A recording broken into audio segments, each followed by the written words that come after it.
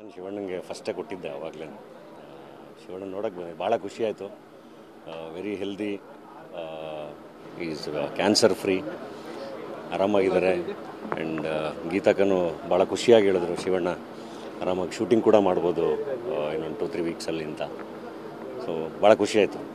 ಅವರು ಅಂದರೆ ಒಂದೊಂದು ಅದ್ಭುತವಾದ ಎಕ್ಸಾಂಪಲ್ಲು ಕೂಡ ಶಿವಣ್ಣ ಈ ವಿಷಯದಲ್ಲೂ. ಏಕೆಂದರೆ ಆ ಥರದ್ದೊಂದು ಪರಿಸ್ಥಿತಿನ ಗೆದ್ದು ಮತ್ತು ಅದೇ ಎನರ್ಜಿಲಿ ವಾಪಸ್ ಬಂದಿದ್ದಾರೆ. So definitely very inspiring. Even ಈ ಇಡೀ ಪ್ರೋಸೆಸ್ಸಲ್ಲೂ ನಾವು ನೋಡಿದಂಗೆ ಯಾವತ್ತೂ ಶಿವಣ್ಣ ಯಾರ ಮುಂದೆನೂ ಡೌನ್ ಆಗಲೇ ಇಲ್ಲ. ಖುಷಿಯಾಗೇ ಹೋದರು ಆ್ಯಂಡ್ ಖುಷಿಯಾಗಿ ಅಷ್ಟೇ ಸ್ಟ್ರಾಂಗ್ ಆಗಿ ವಾಪಸ್ ಬಂದಿದ್ದಾರೆ.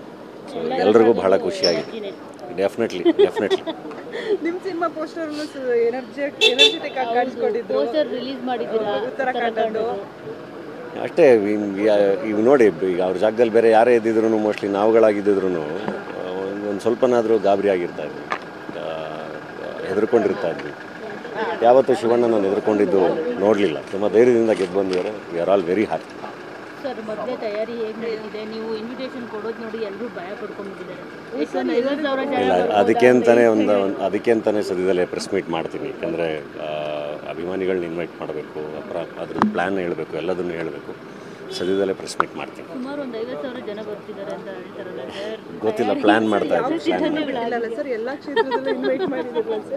ಎಲ್ಲರನ್ನೂ ಕರಿಬೇಕಲ್ವಾ? ಎಲ್ಲರ ಆಶೀರ್ವಾದ ತುಂಬ ಇಂಪಾರ್ಟೆಂಟ್. ಅದಕ್ಕೆಂತಾನೆ ಪ್ರೆಸ್ ಮೀಟ್ ಮಾಡ್ತೀನಿ, ಮಾತಾಡೋಣ ಅವಾಗ. Thank you.